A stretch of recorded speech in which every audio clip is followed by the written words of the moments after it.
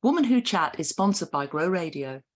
Grow Radio is an online radio station dedicated to bringing you a different podcast on the hour every hour. I'm proud that Woman Who Chat is played on Grow Radio every Tuesday at 3 p.m. and Friday at 8 a.m. and to be part of their podcasting community. If you want to listen to the station, explore their shows, get your podcast onto Grow Radio, and check out many of the blogs to improve your podcasting skills. So head over to growradio.uk today. Welcome to Woman Who Chat, and today I'm chatting with Angie Simmons. Hello, Angie. Hi. We've chatted before, and I'm going to put a link in the show notes so that people can listen to how you got into what you're doing now. But today I wanted to chat all about personal development, really. And, you know, I know that you've had setbacks in your own journey and you found personal development, and that helped you to do what you're doing now and to help other people. So, you know, what aspects, and published author as well, because Angie has her own journal, How Am I Feeling Today, which is a great way of recording how you're feeling at steps throughout the day and each day. And we'll come on to the journaling later. But, you know, personal development for you changed your whole life, both personally and in business. What would you suggest to, you know, people listening and how personal development can help them? Wow. What a question. How can personal development help other people? It can totally change your life. And I don't put that across in a way that, because a lot of people say you can change your life, things like that, but it has definitely changed my life. But the thing is with personal development, it's an ongoing process. It's definitely not a destination. And I think that's where a lot of people fail. They think they can read a couple of books or listen to a couple of podcasts, journal for a couple of days and everything will be sorted. And for me, it's definitely not been that way, because what I've found is as you're going through your journey, and I'm sure you have, Sandra, when you're going through your journey, other challenges pop up that you've not faced before. And the personal development, for me, I said it once, I believe it was on one of your, on one of the talks I did for you. For me, it allowed, you know, I felt a little bit like the cartoon character Batfink. It's like an armored plate around yourself. But if you don't keep it up, this armored plate becomes paper and it doesn't, you know, and then things get through and it can derail you. So for me, personal development, it's about working on you, on your strengths, on your weaknesses, like you said a minute ago, understanding about how you're feeling, what challenges are coming up for you, how you can move the needle forward in your life. But yeah, it's, for me, the best investment you can make is in yourself. And so many people make investments in the houses, in the car, in stuff, and they forget about themselves. There's only one of you.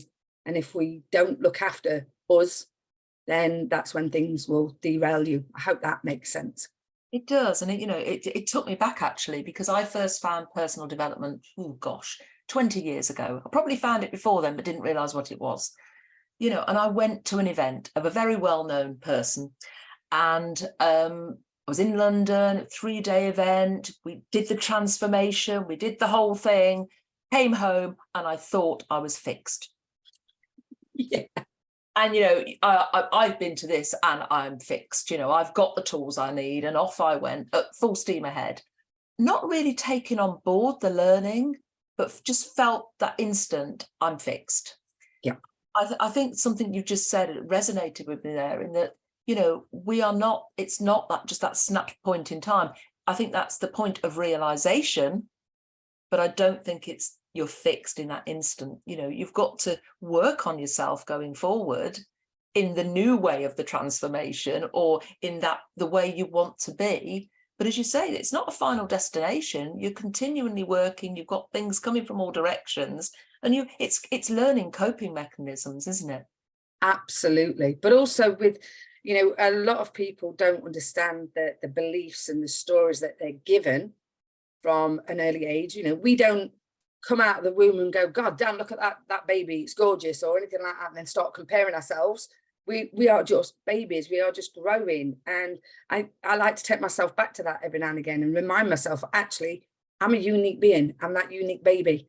and I'm not like somebody else. But when we've got all those stories and everything in our heads, those beliefs from other people, that's what can control our lives. And then when we start doing the personal development and ask ourselves that, actually, who the hell am I?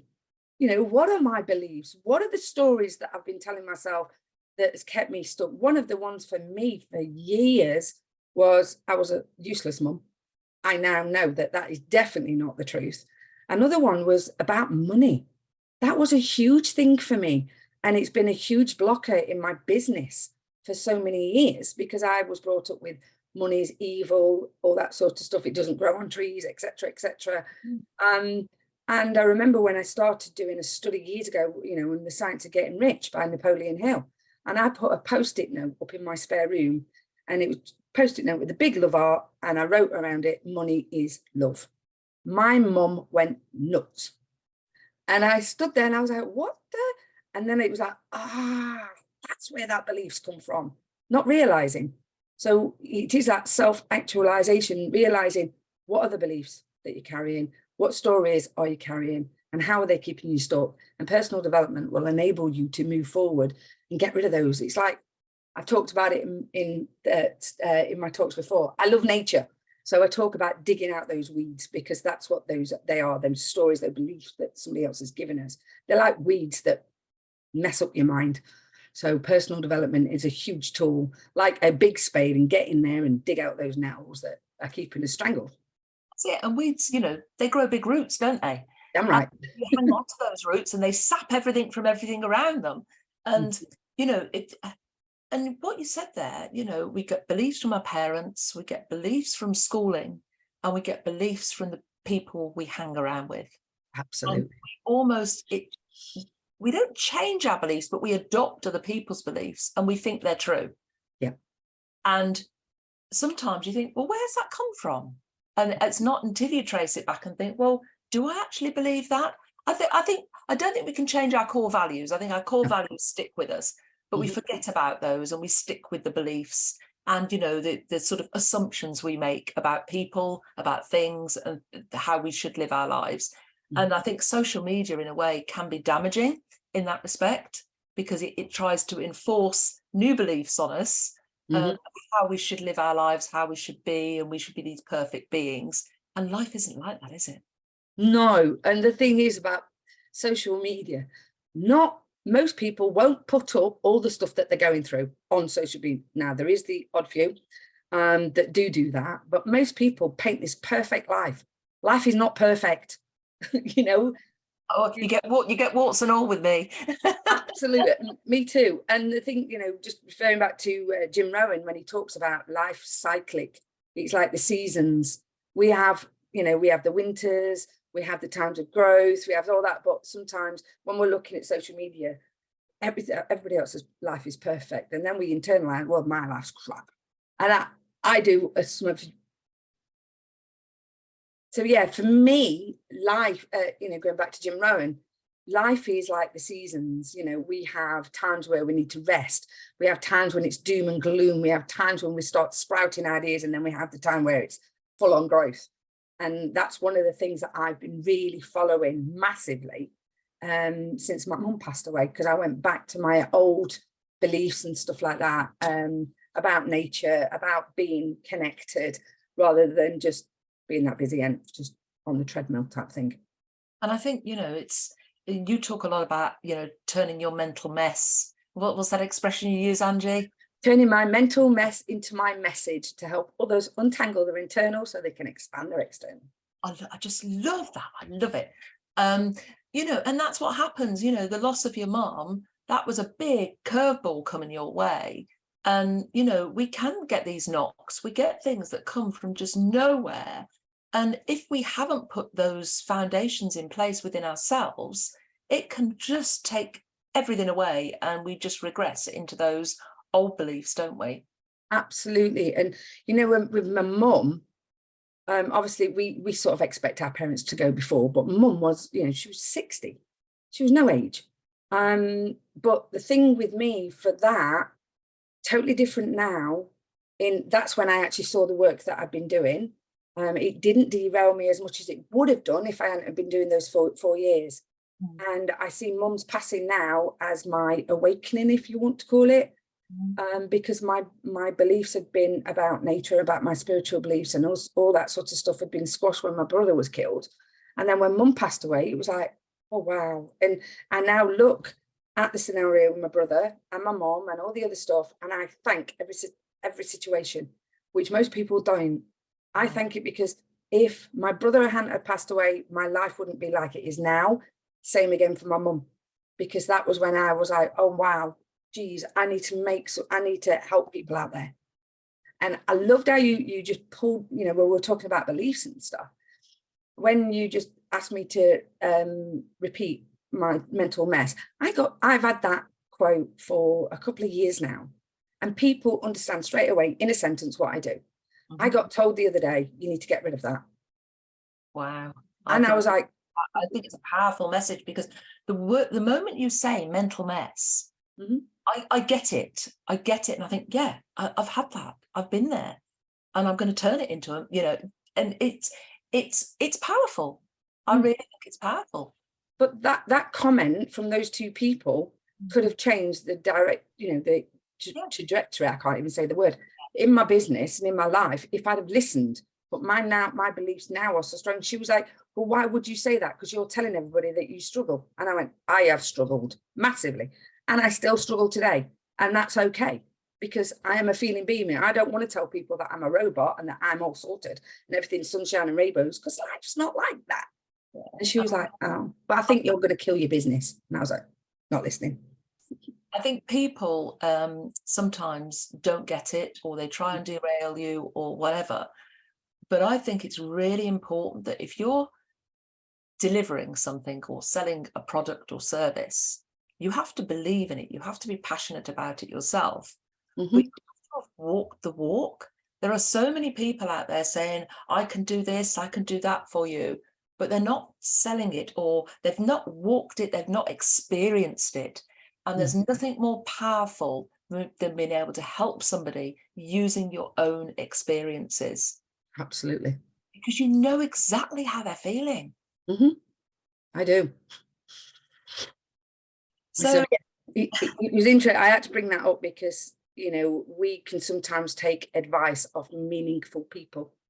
And they said it with love, and I get that. It wasn't about derailing me. They said it but I'm like, no, because I am absolutely stuck in that now, and it's like cement for me. Nobody's going to get in the way. And I think, you know, years ago, personal development was a dirty word. You know, people didn't have coaches. It was an American, you know, get my therapy and all this sort of thing. It's become every coach has a coach, every mentor has. It's good practice to do that. But let's move on to journaling, because part of the personal development journey is writing down things, feelings, emptying your head.